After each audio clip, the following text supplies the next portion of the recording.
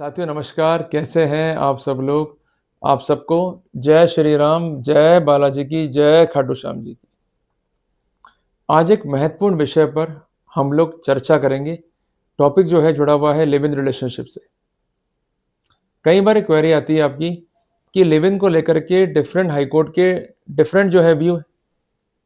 कुछ कहते हैं कि अगर कोई भी मैन चाहे मैरिड है चाहे अनमैरिड है, अगर वो रह रहा है लिव इन रिलेशनशिप में तो उसे प्रोटेक्शन जो है दिया जाएगा। और कुछ कहते हैं कि प्रोटेक्शन जो है नहीं दिया जाएगा। तो करें तो क्या करें और किस प्रकार जो है मूव ऑन करें? देखिए, लिव इन में रहना या नहीं रहना ये आपका विवेक है, मीन्स आपका डिस्क्रिशन है। आप चाहे मैरिड हैं चाहे अनमैरिड हैं, आप लिव इन कर सकते हैं। लिव इन जो है अपराध नहीं है। पर कई बार ऐसा मानना है हाई कोर्ट का कि चूंकि बीएनएस में प्रिवेंट है बाइगैमी, तो लिव इन के मार्फत आप जो कंसर्न पक्षकार है उसके साथ आप रिश्ता जो है बना रहे हैं, और वो रिश्ता है in nature of marriage. So directly और indirectly you are going to affect the basic intent of BNS, जो कि प्रिवेंट करता है बाइगैमी को। That's why the protection could not be given, जिस कारण हमको जो है असफलता मिलती है और हमको जो है बहुत पैनिक कॉज होता है। क्योंकि जब मूव करते हैं तब फैसले पक्ष में दिखाई देते हैं, इसलिए मूव करते हैं। पर जब हमारे ही केस में हमें सफलता नहीं मिलती, हमें जो है बहुत पैनिक हो जाता है।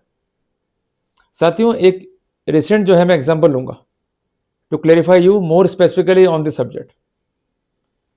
एक जजमेंट है ऑनरेबल इलाहाबाद हाईकोर्ट का, जिसका डेट है 20 मार्च 2026। इसमें कोर्ट ने जो कंसर्न प्रोटेक्शन था उसको देने से मना कर दिया। पिटिशन को जो है खारिज कर दिया। पर कोर्ट ने फैसले में ये लिख दिया एंड के अंदर कि यदि पक्षकारान अपीयर होते हैं बिफोर कंसर्न एसपी और उसे ज्ञापन सौंपते हैं, तो कंसर्न जो एसपी है वो इंश्योर करेगा the protection to the concern life and liberty of the individuals. ये बहुत इंपॉर्टेंट लाइन है, इसको आप लिख लो, अंडरलाइन कर लो। तो कुल मिला करके हम ये कह सकते हैं कि कई बार अगर ऐसा होता भी है कि कोर्ट हमारी पिटिशन को खारिज करता है, तो उसके एंड में लिखा जरूर जाएगा कि पक्षकार यदि ज्ञापन देते हैं एसपी को या एसएचओ को, तो ऐसे सिनेरियो में ये दायित्व है एसएचओ या एसपी का to ensure the protection to the concern life and liberty of the individuals.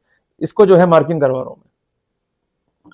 तो कहने की बात है कि आपकी जो लाइफ और लिबर्टी है वो इंपॉर्टेंट है, और उसकी रक्षा करना दायित्व है कोर्ट का भी और दायित्व है पुलिस का भी।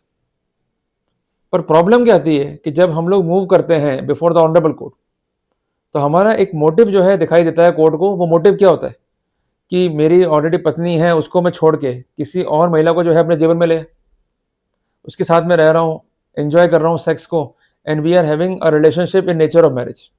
तो वहां पर कोर्ट को जो है बुरा लगता है कि जो चीज परमिजेबल नहीं है वो आप कैसे कर सकते हो। बेसिकली यदि आप एक हिंदू हैं और आप मैरिड हैं, तो बगैर डिवोर्स लिए क्या सेकंड मैरिज कर सकते हैं? पर यहां तो आप कानून ही तोड़ रहे हैं, ऐसा मानना होता है कोर्ट का। चूंकि बाइगेमी जो है प्रोहिबिटेड है even by the Hindu law, even by the BNS. पर चूंकि आप एक महिला जो है अपने जीवन में लिया है, even though you are married, आपका जो है डिवोर्स नहीं हुआ है, तो directly and indirectly you are going to infringe the protocol of law. देखिए, एम्पल जजमेंट है ऑनरेबल सुप्रीम कोर्ट के, जहां कहा गया है what you can not do directly you can not do indirectly, कि जो चीज आप प्रत्यक्ष रूप से नहीं कर सकते वो आप अप्रत्यक्ष रूप से भी नहीं कर सकते। क्लियर है बात ये? तो कहने की बात यह है कि जब हम लोग मूव होते हैं बिफोर द ऑनरेबल कोर्ट और जो कंसर्न रिश्ता है उसके प्रोटेक्शन की हम मांग करते हैं, तो कोर्ट वहां पर रिफ्यूज कर सकता है, जैसा इस केस में होगा। पर फिर भी एक बात ध्यान रखिएगा कि लिव इन रिलेशनशिप जो है ऑफेंस नहीं है।